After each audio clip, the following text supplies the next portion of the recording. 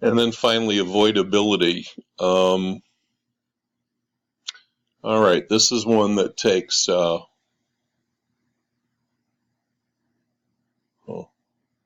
this is one that takes a little bit of cerebral matter here to think about. Let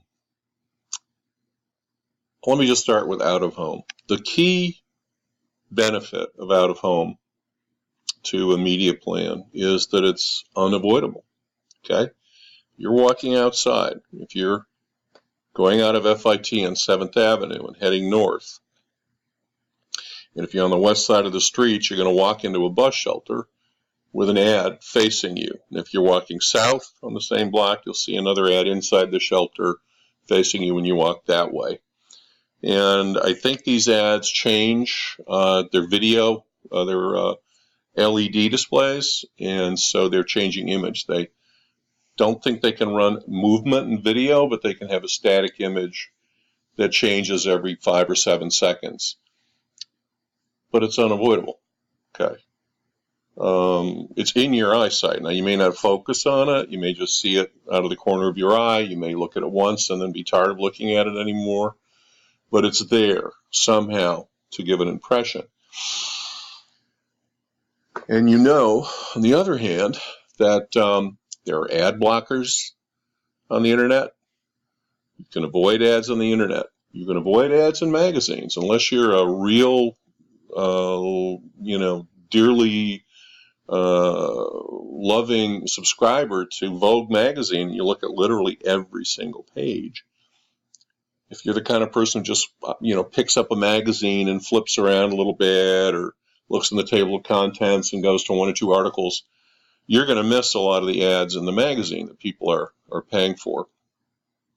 These ads are not going to make an impression on you. So, and again, with your mobile phone, a video impression actually is credited to the medium that runs the ad after just a few seconds of you having it on.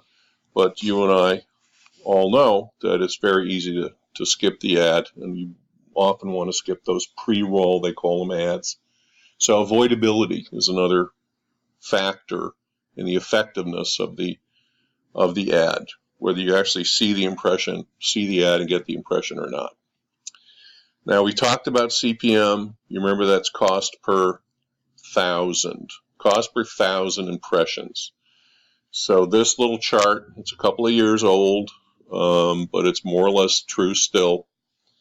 And with any chart, by the way, when you show a chart in a presentation, you want to explain what the different axes are, what you're showing. So if you look on the left side, from the bottom to the top, these are dollars, okay, from $0 per 1,000 to $40 per 1,000. If you go from the bottom left to right, these are media types. And so everything that's kind of a sky blue is different types of television. The light blue is an overall radio cost per 1,000. That green color is online cost per 1,000, different types. Orange out of home, red print. So what you see here is that network TV, prime time, tends to have about a $25, cost you $25 for every 1,000 impressions. Radio is cheaper, $10 per 1,000 impressions. Online impressions are cheap, particularly mobile and general display or banner advertising. Out-of-home impressions are very cheap.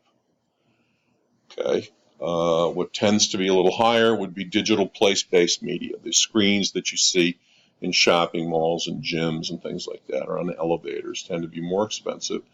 And then print tends to be fairly high CPM, particularly newspapers where they've actually taken the cost of a full-color, full-page ad, which is very expensive. So there are differences in cost per 1,000, and what I'm going to lay out there for you guys is the main reason for differences in cost per 1,000 is the quality of the impression that the medium delivers. TV, sight, sound, motion has relatively high CPM.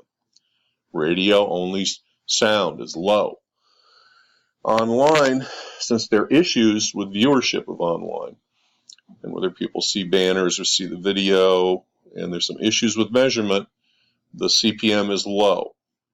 And out of home, there's very often there's no movement, there's no sound. It can be a very fast impression. If it's highway billboard, CPM is low. It's higher for magazines and newspapers. So quality of impression is a key reason for differences in cost per thousand. Please remember that.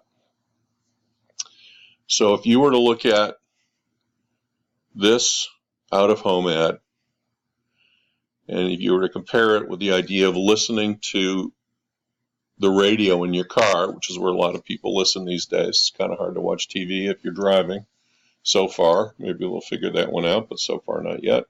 I guess we'll have to have the self-driving cars that don't kill people first. This is a billboard.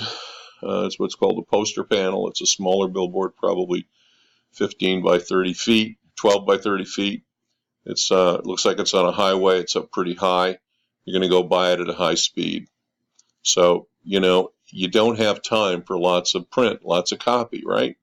You make your point very quickly with a headline. That actually, I think, is a very good out-of-home ad. The Choose Vegetarian maybe could be a little bigger, a little hard to read. Anyway, 3 seconds average exposure to outdoor ad versus sitting in your car listening to the radio all day. What has the higher quality impression? Think about it yourselves for just a minute, and then we'll move on. Okay, our next topic is just overall ad spending. So how big is this media spend thing on advertising? This is in the U.S., goes from 2011 to 2017, and the trend has basically continued. On the left, you see billions of dollars, and on the bottom you see the years for total on all ads across all types of media. This is what it is. So it's inching up towards $200 billion a year being spent on media in the U.S. This is international. This is global from 2014, and then projected for 2021. Again, this is a year too old. But once again, you see huge increases in overall media spending worldwide, getting up to $1 trillion, before too long. Now here is spending by media type in the U.S. again, from 2017 on the left in the blue, then a projection for 2021 in the black. And what you see is internet is already higher than TV spending, projected to go even more. You can see the big increase there. Radio going up a little bit, projected between 2017 and 2021. Newspapers going down, magazines pretty flat. Out-of-home's going up, and then the rest are pretty small players. So you see the growth is dominated by internet. Some growth, a little bit of growth in TV, a little bit of growth in out-of-home. Print, definitely going down. Now I want to talk about, let's just talk about one particular program and what's going on with it in television, just to kind of dig into something a little bit and give a concrete example of a program. The ratings are measured after every quarter by Nielsen. And what you see here is millions of people from the top to the bottom, and going across from the left to right, you see the years from 1967, the first Super Bowl, up to 2018. And you see that things have been going down a little bit lately. You see I don't have the latest year on there. But it gives you a sense that Super Bowl viewership in the U.S. is around 90 to 100 million people. That's the highest rated program in the United States. And then, by the way, importantly, and we'll get into this when we talk about TV, it's really only sports. Sports is the number one real appointment-based programming, where you have to watch it at a certain time if you want to watch it. You can't binge watch the whole football season at the beginning of the football season, right, folks? Okay.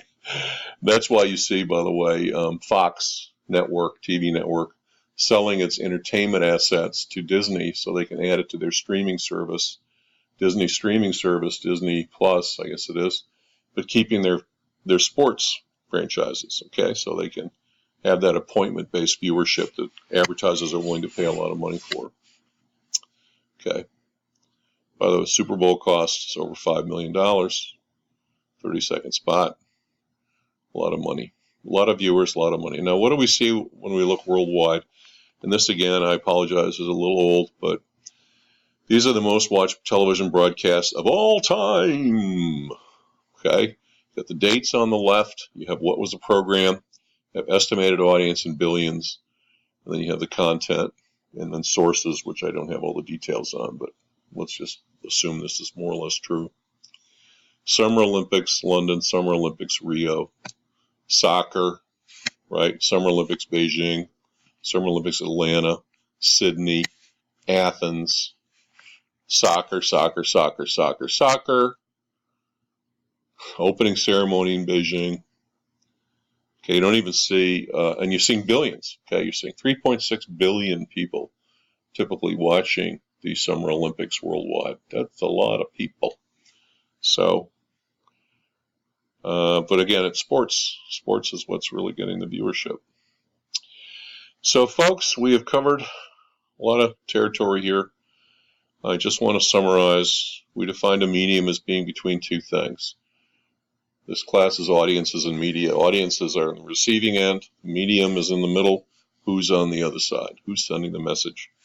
Traditional media we know. Non-traditional media we don't always know. These are our key media terms. I'm not going to repeat them, but they're there. We need to know these. We need to know that there are 3 ways to evaluate media types. Cost per thousand, measurability, and quality of impression. Quality of impression is defined or means sight, sound, motion, depth of sale, and avoidability.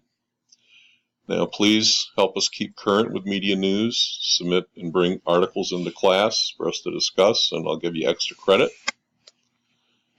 Add some questions to it if you can, and that'll be wonderful. And we'll do the online class, we'll post them, and we'll do discussions. I'm not going to do a discussion every week. You've got too much other work to do. So, but we will do every 2 or 3 weeks, we'll do a class discussion. Homework due next class. Okay, you're going to do a Tabasco, each of you. You're going to choose out of home to do it. You're going to find and take a picture or a couple of pictures, or if it's a video, show the whole video. Tell us where you saw it, and then do a Tabasco analysis. Who's the target? What's the benefit being promised? How they're supporting the benefit? What's the brand character? And tell us if there's an offer. There very well may not be. We don't always see a lot of offers in out of home. So you're going to submit that. I will put that on Blackboard as an assignment with a due date, and the due date is next Friday.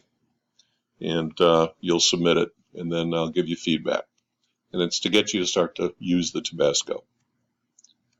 What do we mean by out-of-home media, everybody? Well, anything that's out of your home. Okay, transit, subway, billboards, bus shelters, taxi cab, tops, buses, ads, ads in gyms, ads in stores.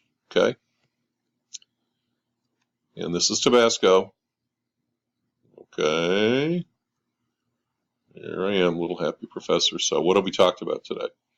We defined a medium as something between two things. We reviewed the syllabus, kind of provided an overview of the class. We talked about some key fundamentals of marketing, the purchase funnel and the copy strategy, Tabasco, purchase funnel a cappella. We defined key media principles, reach, frequency, impressions, GRP, etc. We talked about how we measure and compare different types of media, quality of impression, CPM. Talked about spending by medium, spending overall in the U.S. going up, worldwide going up, spending by medium especially going up for internet, of course. gave you a quick summary. We talked about